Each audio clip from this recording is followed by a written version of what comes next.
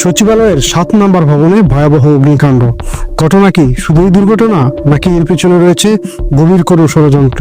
পুরো বিষয়টি বিশ্লেষণ করব, কিন্তু শুরুতেই বলি, এই ভিডিওটি যেন আপনি মিস না করেন।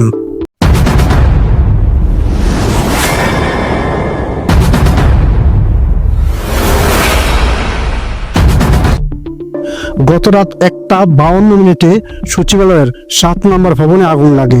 মাত্র কয়েক মুহূর্তের মধ্যেই ছড়িয়ে পড়ে ভবনের 6ষ্ঠ থেকে 9ম তলা পর্যন্ত। ফায়ার সার্ভিসের 19টি ইউনিট নিরলসভাবে কাজ করে আগুন নিয়ন্ত্রণে আনতে। কিন্তু প্রশ্ন হলো, এই অগ্নিকাণ্ড হঠাৎ কেন?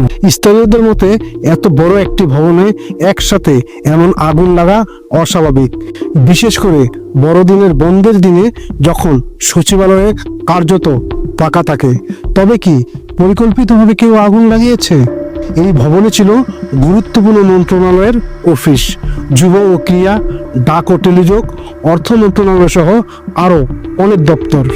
কর্মকর্তারা জানিয়েছেন তাদের কক্ষে থাকা বহু গুরুত্বপূর্ণ নথি পুড়িয়ে ছাই করা হয়েছে। এমন দিনে যখন কেউ ছিল না অফিসে, কিভাবে একাধিক ফ্লোরে আগুন লাগলো? বিশেষজ্ঞরা বলছেন ইলেকট্রিক শর্ট সার্কিট হলে সাধারণত একটি নির্দিষ্ট স্থানে আগুন ছড়ায়, কিন্তু এখানে একাধিক স্থানে আগুনের সূত্রপাত স্পষ্টতই সন্দেহজনক। এই অগ্নিকাণ্ড নিয়ে অনেকের মনেই উঠেছে নানা প্রশ্ন, বিশেষ করে যারা সরকারের নথিপত্র বা পুরনো আমলনামা ধ্বংসের তথ্য দিচ্ছে। বিগত সরকারের কোনো গুরুত্বপূর্ণ কাগজ কি ইচ্ছাকৃতভাবে পুড়িয়ে ফেলা হলো?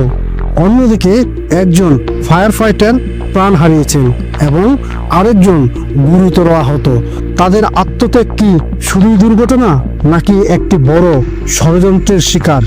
সকালে ফায়ার সার্ভিস আনুষ্ঠানিকভাবে জানিয়েছে যে আগুন নিয়ন্ত্রণে এসেছে, তবে তদন্ত ছাড়া এর আসল কারণ জানা যাবে না।